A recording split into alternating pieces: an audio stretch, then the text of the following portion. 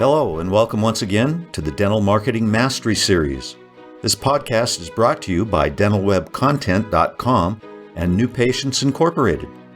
I'm Howie Horrocks, the founder of New Patients Incorporated.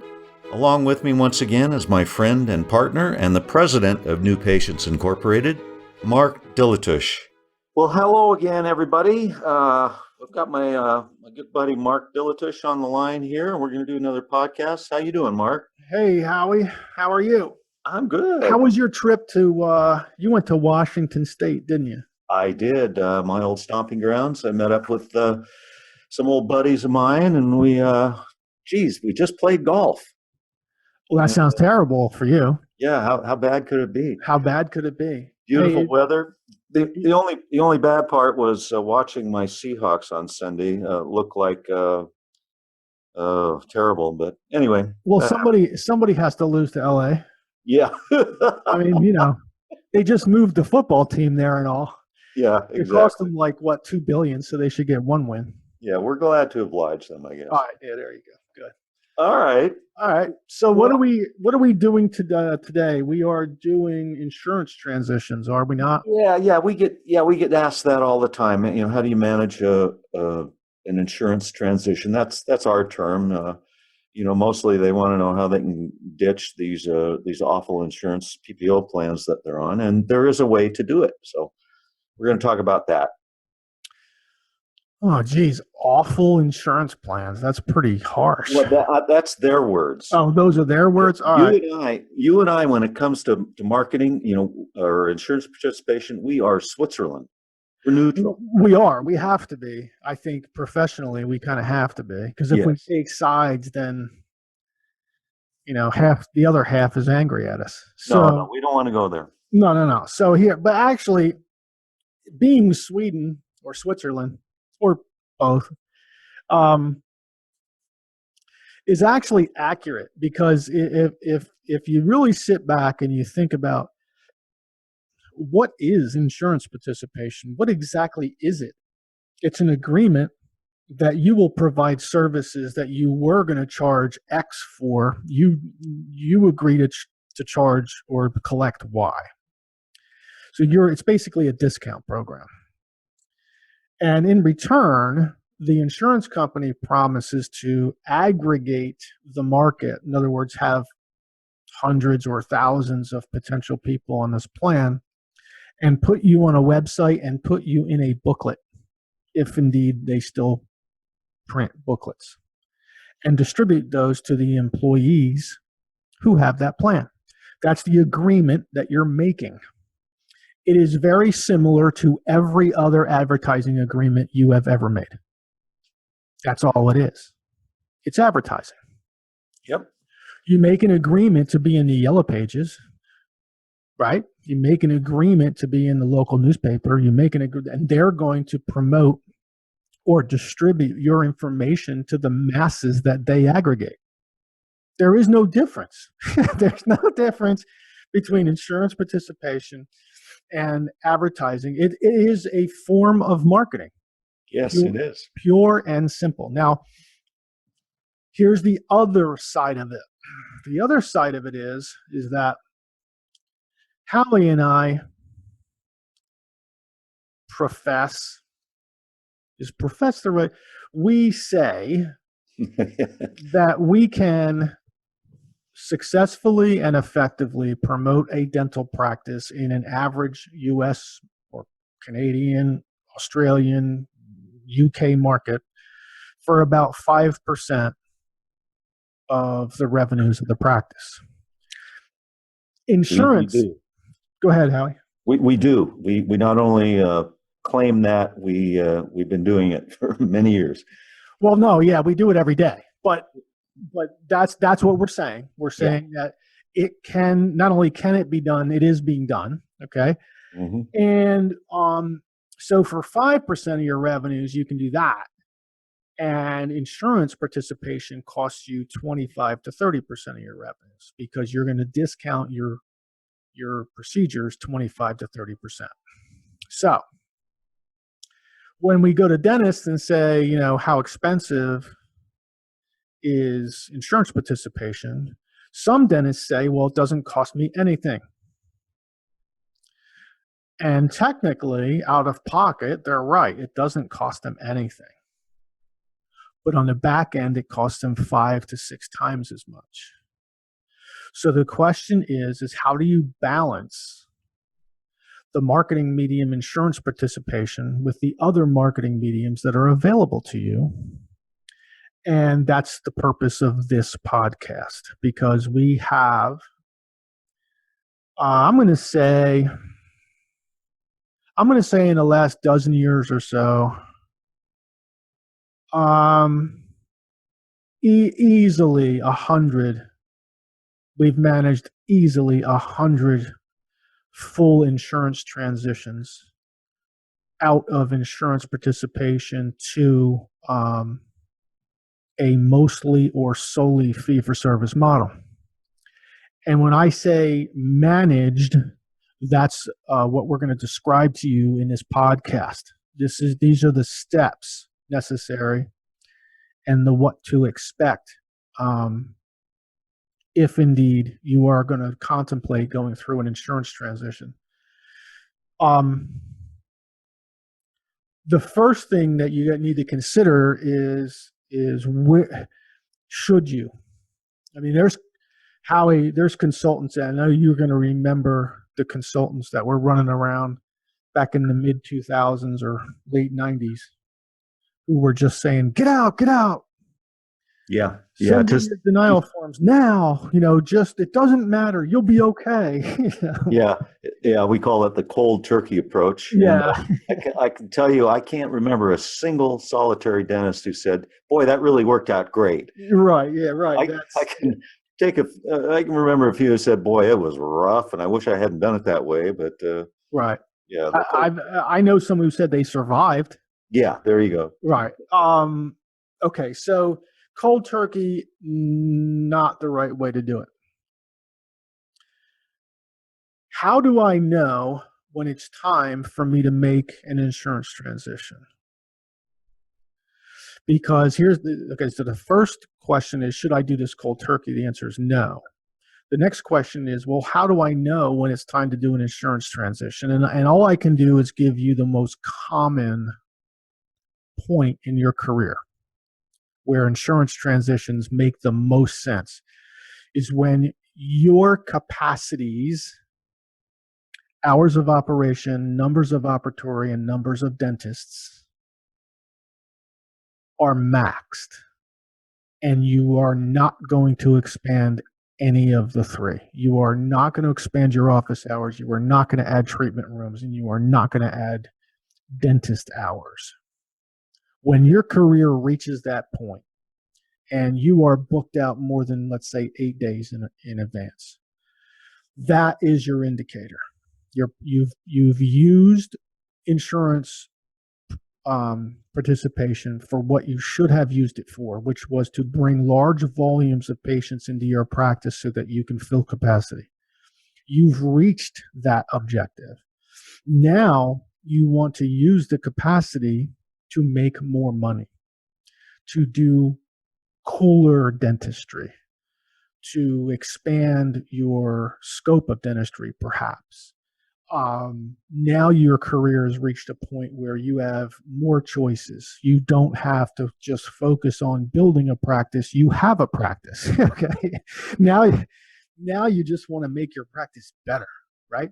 Okay. So when you reach that point, now the next question is, how do I transition? We've already covered the question, should I go cold turkey? And the answer is an emphatic, absolute no. So the next question might be, well, what do I expect? How long is this going to take me? And the answer is 3 to 4 years, depending on how deep you are into the insurance participation pool. Normally, when we look, about half the patients in the practice are insured, half aren't. So if you use that as a rule and you understand what a truly active patient is, then you might see something like as follows. You might see you run your reports out of your practice management software, and you look at the insurance reports and you look for the number of patients on each plan, and you might see plan 1 has 500, plan 2 has 400, plan 3 has 300, plan 2 has plan 4 has 200, and plan 5 has 100. So you go down these plans and you add them up, and you figure out how many patients are on each plan, and you line them up in order of least patients to most patients. That's what I just said was the most important part of this entire podcast. When you do an insurance transition, you start with the insurance plan that provides you the least number of new patients. Okay? So let's say that insurance company, whatever, number 5 is, I don't know, MetLife. Okay. And all your patients, out of your entire patient pool, 100 patients have MetLife. Okay. Now we know what to do. Now we're going to take 5% of our revenues and we're going to apply it to the local market, and we're going to do it properly, and we're going to target it properly. We're going to design and deploy it properly. We're going to track the phone calls properly. We're going to cover the phone calls properly. We're going to discuss, we're going to have discussions with new patients properly. And we are going to focus on replacing those 100 patients now. We're going to attract 100 new patients to this practice so that when we call MetLife and tell them to stick their MetLife up the wazoo, that we've already taken care of the downside risk. We already brought in 100 new patients to replace the ones that might, emphasis on might, that might leave our practice after we call MetLife and tell them that we no longer want to participate. Okay? That's the key. Always, always, always replace your potential risk prior to making the phone call. Okay? So, now, here's a really cool part of insurance transitions, and I've seen this play out, like I said, probably, I'm not going to say hundreds of times, but I'll say over 100 times, right? If you organize your insurance plans by the number of patients in the inverted order, least to most, and you and your team are all part of the plan, you share your plan with your team.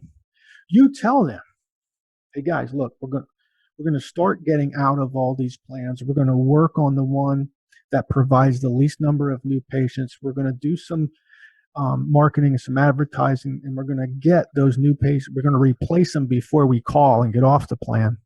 We're going to do that, and our first one is whatever, MetLife, and there's 100 new patients, and we're going to track the new patients each month right next to that column. And when we get to 100, you know what? We're all going to sit here and we're all going to make the call together. We're going to be on we're going to be on a speakerphone, and we're all going to fill out the paperwork, to get out of this plan together. And then we're going to have a cake, and it's going to have candles, and we're going to light it, and we're going to have shots, and it's just going to be a party. Okay. So every time you replace the number of new patients first before you call that insurance company and let them know you're no longer going to participate, it becomes this incredibly empowering team-wide effort. The person who answers your phone is going to be more frosty with new patients to get more new patients in. The person who handles your insurance is just sitting there waiting for the day that they don't have to follow up with the insurance, the overdue insurance and the ridiculous claim denials and the preties that never come back and all that stuff. They're never, they can't wait not to have to do that. They would much rather work one-on-one with your patients. Anyway, your hygienists and everybody in the office is impacted negatively in some way by insurance participation. I mean, even your assistants get asked by patients after the dentist leaves the room. The patients turn right to the assistant. They always say, "What do you think?" I mean, Ask your assistant if you don't believe me. Okay. So even your assistants are tired of answering insurance questions that they don't know the answers to, right? So everybody on the whole team wants to get out of insurance, including you, doctor, but you want to do it from a financial reason. Everybody else wants to do it for their own reason. Regardless, everybody's motivated to get out. Okay. When you have that kind of a situation and you set an insurance transition up the way I'm telling you to set it up, this could be a 3 or 4 year team building exercise that everybody looks back upon and really, looks back upon fondly. It doesn't have to be and shouldn't be a risk, right, Howie? I mean, like in the old days, people were just like, yeah, I got out all my insurance plans last Thursday. Don't know what's going to happen, but I feel really good now. Yeah, for about calling 5 back minutes. 5 months from now, he's divorced. He's out living in the woods, right? You can't do that. He's living in a van down by the river. Exactly. No, it's a gradual.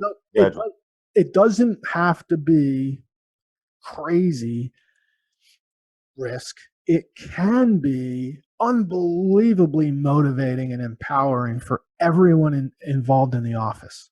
Really, it can. Especially if you make a big deal out of it at your monthly team meeting. How close are we to getting our goal? Oh, we only got 18 new patients this month toward 100. Okay. Well, based on that, maybe around February, March, we'll be lighting that cake, right? Or having that party to get MetLife off of our backs, right?